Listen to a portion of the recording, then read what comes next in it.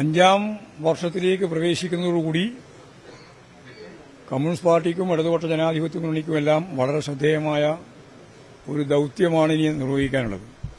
അത് വാർത്താ ശൃംഖലകളാകെ മിക്കവാറും ബൂർഷ്വാ പാർട്ടികളാകുകയും പാർട്ടിക്കെതിരായി ഇടതുപക്ഷ ജനാധിപത്യ മുന്നണിക്കെതിരായി ഗവൺമെന്റിനെതിരായി നടത്തുന്ന അപവാദ പ്രചരണങ്ങളെ കൃത്യമായിട്ട് തിരിച്ചറിയാം.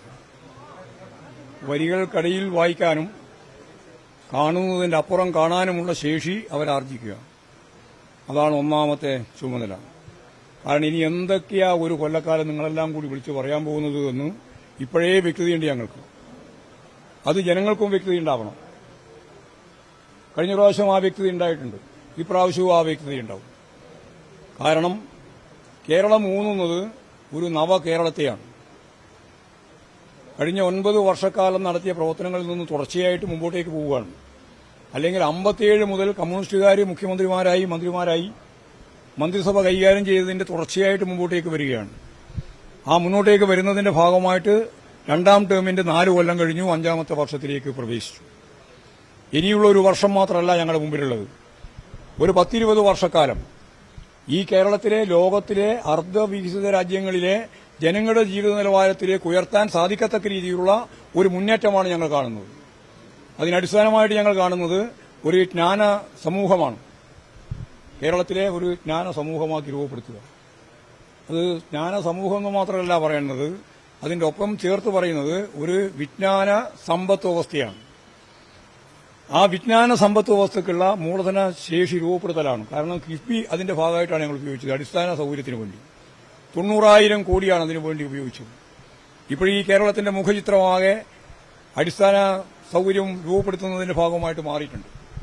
പിന്നെ നാഷണൽ ഹൈവേ, തീരദേശ ഹൈവേ, മലയോര ഹൈവേ, വിഴിഞ്ഞം പദ്ധതി, കണ്ണൂർ എയർപോർട്ട് തുടങ്ങി നിരവധിയാണ് ഇതിന്റെ ഒപ്പം ചേർത്ത് പറയാനുണ്ട്. ഈ വികസനത്തിന്റെ ഒപ്പം ഇത് അവസാനിക്കില്ല. കേന്ദ്രം തരേണ്ടുന്ന പണം തന്നില്ലെങ്കിലും ചുരൽമലയിലുണ്ടായ ദുരന്തത്തെ അഭിമുഖീകരിച്ചുകൊണ്ട് കേരളം അവിടെ നിന്ന് ഒഴിവാക്കപ്പെട്ട അല്ലെങ്കിൽ ഒഴിപ്പിക്കപ്പെട്ട അല്ലെങ്കിൽ ദുരന്തത്തിന് ഇരയായിപ്പെട്ട നൂറുകണക്കിന് കുടുംബങ്ങളെ സുരക്ഷിതമായി ലോകത്തിന് മാതൃകയാവുന്ന രീതിയിലുള്ള ടൌൺഷിപ്പോടുകൂടി ഞങ്ങൾ പുനഃസംഘടിപ്പിക്കുന്നതിന് വേണ്ടി പുനഃസംവിധാനത്തിന്റെ ഭാഗമായി കാര്യങ്ങൾ നീങ്ങിക്കൊണ്ടിരിക്കുകയാണ്. ഒരു നയാ പൈസ കേന്ദ്ര ഗവൺമെന്റ് തന്നിട്ടില്ല. തന്നെയല്ലേ അതെ 4 പൈസ കടക്കുമ്പലി ഇതെല്ലാം നടക്കുന്നത്. ബിന്ദുവിനെ വിട്ടേടാ, ബിന്ദുവിന്റെ ഒന്നും കാര്യത്തിൽ വലിയ പറയണ്ട. അതും പറഞ്ഞിട്ടുണ്ട്, നേരത്തെ പറഞ്ഞിട്ടുണ്ട്. ഇത് കേൾക്കുമ്പോൾ നിങ്ങൾക്ക് എന്താ ഇത്ര പ്രയാസം? ഞാനില്ല പറയുന്നത്. ഇപ്പോൾ ഞാനാ പറയുന്നത് പറയട്ടെ, ഞാൻ പറഞ്ഞു തീർക്കട്ടെ, എന്നിട്ട് സംസാരിച്ചാൽ മതി. ചോദ്യം അന്നേരം ചോദിക്കാം. തിരിക്കട്ടെ, ഏതാ പത്രം? എല്ലാവരും ഇല്ല, നിങ്ങളേതാന്നാണ്? നിങ്ങളാണല്ലോ. ഞാൻ പറഞ്ഞുകൊണ്ടിരിക്കുമ്പോഴും അതിന്റെ ഇടയിൽ കയറി എന്റെ ശ്രദ്ധ മാറ്റി വേറെന്തിലേക്കോ കൊണ്ടുപോകാനാണല്ലോ ശ്രമിച്ചുകൊണ്ട്. ഇതെല്ലാം എത്ര കൊല്ലായി കണ്ടു തുടങ്ങിയിട്ട്. ഞാൻ പറഞ്ഞു തീരട്ടെ. ഗവൺമെന്റിനെ സംബന്ധിച്ച് 3ാം ടേമിനെ പറ്റിയാണ് പറഞ്ഞുകൊണ്ടിരിക്കുന്നത്. അത് നല്ല ധാരണ എടുത്താൽ നിങ്ങൾക്ക് മനസ്സിലാവണമല്ലോ. വേണ്ടേ? നിങ്ങൾക്ക് മനസ്സിലാവണം, ജനങ്ങൾക്ക് മനസ്സിലാവണം. അതുകൊണ്ട് കേരളത്തിലെ ഗവൺമെന്റ് ഒരു 3ാം ടേമിലേക്ക് കടക്കുമ്പോൾ അയ്യോ കേന്ദ്രം തന്നിട്ടില്ല, കേന്ദ്രം പണം തരുന്നില്ല, അതുകൊണ്ട് ഞങ്ങൾക്കൊന്നും ചെയ്യാൻ സാധിക്കില്ല എന്നുള്ളതല്ല. നിങ്ങൾ തന്നാലും തന്നില്ലെങ്കിലും കേരളം അതിന്റെ ദൌത്യം നിർവഹിക്കുക ചെയ്യും. കേരളം വാദ്യശക്തിയായിട്ട് മുന്നോട്ടേക്ക് പോകും. അതിന്റെ മൂലധന നിക്ഷേപത്തിന്റെ ഭാഗമായിട്ടാണ് ഞങ്ങൾ കിഫ്ബി ഉപയോഗിച്ചത്. അതിനെ തകർക്കാൻ നിങ്ങൾ ശ്രമിച്ചപ്പോഴും 60,000 കഴിഞ്ഞ കൊല്ലം. ഇപ്പം അതും കൂടി ചേർത്തിട്ട് 90,000 കോടിയായി. 90,000 കോടിയുടെ വികസന പ്രവർത്തനം കേരളത്തിൽ നടന്നുകൊണ്ടിരിക്കുകയാണ്. അതിന്റെ പുറമെ ഇനി വരാൻ പോകുന്ന ഏറ്റവും പ്രധാനപ്പെട്ട കാര്യം എന്താ? ഞങ്ങൾ എറണാകുളത്ത് ഇൻവെസ്റ്റ്മെന്റ് മീറ്റ് നടത്തി. നമ്മുടെ അനുഭവമുണ്ട്. 3,50,000 സ്വയം സംരംഭക യൂണിറ്റുകൾ ഇന്ത്യയിലെ ഒരു സംസ്ഥാനത്തും ഇല്ലാത്ത രീതിയിൽ കേരളത്തിലുണ്ടായി.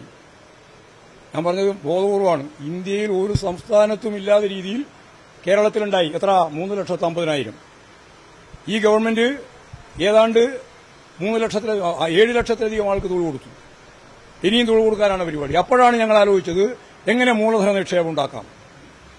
അപ്പോഴാണ് ഇന്നത്തെ പത്രത്തിലുണ്ട്, ഇതിന്റെ പത്രത്തിലുണ്ട് 1,95,000 കോടിയുടെ ഓഫർ. 1,95,000 കോടി. ഈ കേരളത്തിലെ ഞാൻ നേരത്തെ പറഞ്ഞ വിജ്ഞാന സമൂഹത്തെ അടിസ്ഥാനപ്പെടുത്തി വിജ്ഞാന സമ്പദ് വ്യവസ്ഥയിലേക്ക് കടന്നുപോകാൻ ഈ കേരളത്തിൽ 1,95,000 കോടി രൂപ മുടക്കാൻ, കേരളത്തെ പുതിയ കേരളമാക്കി മാറ്റാൻ, വ്യാവസായിക കോറിഡോർ ഫലപ്രദമായി കൈകാര്യം ചെയ്യാൻ കോഴിക്കോട് നിന്ന് മംഗലാപുരത്തേക്ക്, കൊച്ചിയിൽ നിന്ന് കോയമ്പത്തൂരിലേക്ക് 1400 ഏക്കർ ഭൂമിയാണ് ഇപ്പോഴും പാലക്കാട് മാത്രം എടുത്തിട്ടുള്ളത്. ഒരു വ്യവസായ ശൃംഖലയുണ്ടാവും കേരളത്തിൽ. അതിനാവശ്യമായ പണമുണ്ട് ഇവിടെ. ഇനി അതിന് സംരംഭങ്ങൾ ആരംഭിക്കാൻ പോവുകയാണ്. അങ്ങനെ കേരളത്തെ ഞാൻ നേരത്തെ പറഞ്ഞതുപോലെ ഒരു അർദ്ധ വികസിത രാജ്യത്തിന്റെ ജനങ്ങളുടെ ജീവിത നിലവാരത്തിലേക്ക് ഉയർത്തുക എന്നുള്ളതാണ് കേരളത്തിലെ ഇടതുപക്ഷ ജനാധിപത്യങ്ങളുടെ ഉന്നം. ആ ഉന്നം നേടുന്നതിന് വേണ്ടിയുള്ള ബോധപൂർവമായ പ്രവർത്തനത്തിലാണ് ഞങ്ങളുള്ളത്. അപ്പോൾ 3ാം ടേം ഗവൺമെന്റ് എന്ന് പറഞ്ഞാൽ ഈ കേരളത്തെ സമഗ്രമായി മാറ്റുന്നതിന് വേണ്ടിയുള്ള വളരെ ഫലപ്രദമായ ദിശാബോധത്തോടുകൂടിയുള്ള ഒരു നിലപാടാണ് സ്വീകരിച്ച് മുമ്പോട്ടേക്ക് പോകുന്നത്. ഇനി ചോദ്യം ചോദിച്ചു. ഒരു സംശയമില്ല. പിന്നെ ഏത് ഗവൺമെന്റ് വരുന്ന സുധാകരൻ പറഞ്ഞല്ലോ, ഇവരെല്ലാം മുഖ്യമന്ത്രിയാവാൻ നടക്കാണ്, ഒന്നും ആകാൻ പോകുന്നില്ല. ഞാൻ പറഞ്ഞല്ലേ പ്രശ്നമുള്ളൂ. സുധാകരൻ തന്നെ പറഞ്ഞു, KPCC പ്രസിഡന്റായിട്ട് മാറി 4-ാമത്തെ ദിവസമാണ് പറഞ്ഞത്. ഇവര് പറയുന്ന പോലെ ഒരു മുഖ്യമന്ത്രിയും വരാൻ പോകുന്നില്ല, കുറെ ആൾ നടക്കുന്നുണ്ട് എല്ലാവർക്കും അറിയാം. അത് സുധാകരൻ മുതലാണ് തുടങ്ങിയത്. സുധാകരൻ മുഖ്യമന്ത്രിയാവും, എന്താ സംശയം? കേരളത്തിലെ ഇടതുപക്ഷ ജനാധിപത്യ മുന്നണി വീണ്ടും അധികാരത്തിൽ വരും. കള്ള പ്രചരണം ഉണ്ടാവും. ഇപ്പോഴേ ആശങ്കയൊന്നുമില്ല. അതല്ലേ ഇപ്പോഴേ പറഞ്ഞുകൊണ്ടിരിക്കുന്നു. എന്ത് ആശങ്കയുണ്ടെങ്കിൽ പറയണോ? ആശങ്കയുണ്ടെങ്കിൽ ആരെങ്കിലും പറയോ? നിങ്ങളെ തുറന്നു കാണിച്ചുകൊണ്ടല്ലാതെ ആശയതലത്തിൽ ഞങ്ങൾക്ക് മുന്നോട്ട് പോകാൻ പറ്റില്ല. അത് ഞങ്ങൾക്കറിയാലോ. ഞങ്ങളുടെ കയ്യിലുള്ളത് വളരെ ചെറുതല്ലേ. നിങ്ങളുടെ കയ്യിൽ മുതലാളിമാരുടെ കയ്യിലല്ലേ എല്ലാ ശൃംഖലയും ഉള്ളത്. ഇന്ത്യയിലെ കേരളത്തിലെ ചരിത്രത്തിൽ ഇന്നേ വരെ ഒരു കോർപ്പറേറ്റ് മുതലാളി ഒരു പാർട്ടിയുടെ പ്രസിഡന്റായിട്ടില്ല.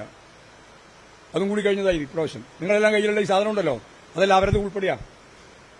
കോർപ്പറേറ്റീവ് മാനേജ്മെന്റിന്റെ കൂടിയാണ് നിങ്ങൾ പിടിച്ചുകൊണ്ടിരിക്കുന്ന ഈ സാധനമെല്ലാം. അപ്പോൾ അതുകൊണ്ട് സ്വാഭാവികമായിട്ട് വരാൻ സാധ്യതയുള്ള കടന്നാക്രമത്തെപ്പറ്റി ഞങ്ങൾക്ക് നല്ല ധാരണയുണ്ട്. ആ ധാരണയാണ് ഞാൻ പരസ്യം പറഞ്ഞത്. അവരിനിയും കുറെ ദിവസം ഇങ്ങനെ ആചരിച്ചുകൊണ്ടേയിരിക്കും. ഞങ്ങൾക്ക് എന്താ പ്രശ്നം? അവർ കരുതിനോ അല്ല വെള്ളത്തിനോ നിങ്ങൾ ആചരിച്ചോട്ടെ. പക്ഷേ ഈ കേരളത്തിലെ ജനങ്ങൾക്ക് ഇതെല്ലാം അറിയാം. നിങ്ങളുണ്ടായിരുന്നുവെങ്കിൽ 66 നാഷണൽ ഹൈവേ ഉണ്ടാവും. പറ, എന്നാ അതിനോരോട് പറ. UDF ആണെങ്കിൽ ഈ 66 നാഷണൽ ഹൈവേ ഉണ്ടോ? ഇല്ലല്ലോ. ഗയൽ പദ്ധതി ഉണ്ടോ? ഇല്ലല്ലോ. വിഴിഞ്ഞം പദ്ധതി ഉണ്ടോ? ഇല്ലല്ലോ. എല്ലാം നിങ്ങൾ അവസാനിപ്പിക്കാൻ വേണ്ടി സമരം നടത്തിയവരല്ലേ. അപ്പൊ നിങ്ങൾക്ക് എന്ത് വികസനം പറയാൻ? വികസന വിരുദ്ധ സമരമല്ലാതെ എന്തെങ്കിലും ഒരു സമരം നിങ്ങൾ നടത്തിയിട്ടുണ്ടോ കേരളത്തിൽ ഈ 9 കൊല്ലം കൊണ്ട്? വികസനത്തിനെതിരായ സമരം, കുറ്റിപിരിച്ച സമരമുണ്ട്, സിൽവർ സമരം. അമ്മാതിരി സമരമല്ലാതെ വേറെ എന്തെങ്കിലും സമരം നിങ്ങൾ നടത്തിയിട്ടുണ്ടോ? അത് ഇടിഞ്ഞതെല്ലാം ശരിയാക്കും. അത് ഭയപ്പെടണ്ട കേട്ടോ. ഇടിഞ്ഞു പോയതെല്ലാം ശരിയാക്കി തന്നെ റോഡുണ്ടാവും. അതിനൊന്നും ഭയപ്പെടേണ്ടതായിരുന്നു.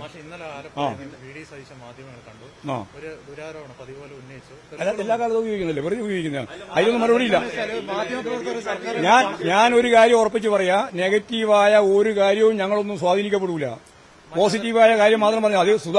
അതിപ്പോ ആര് പറഞ്ഞു? സുധാകരനായാലും വി ഡി സതീശനായാലും ചെന്നിത്തലയായാലും കോൺഗ്രസിന്റെ നേതാക്കന്മാർ കളവ് പറയുന്നതിനൊന്നും മറുപടി പറയേണ്ട ഉത്തരവാദിത്തം ഞങ്ങൾക്കില്ല. അടൂർ പ്രകാശ് പറയുന്നതിന് പറഞ്ഞില്ല. അതവർ നോക്കിക്കോട്ടെ.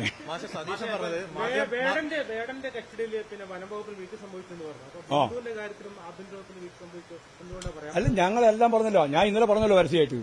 തെറ്റായ ഒരു പ്രവണതയെയും ഈ ഗവൺമെന്റോ ഈ പാർട്ടിയോ അംഗീകരിച്ചു കൊടുക്കുന്ന പ്രശ്നമില്ല. അതിന്റെ അകത്ത് എല്ലാം ഉൾച്ചേർന്നിട്ടുണ്ട്. പിന്നെ ഓരോന്നോരോന്നിനെ വകതിരിക്കേണ്ട കാര്യമില്ലല്ലോ.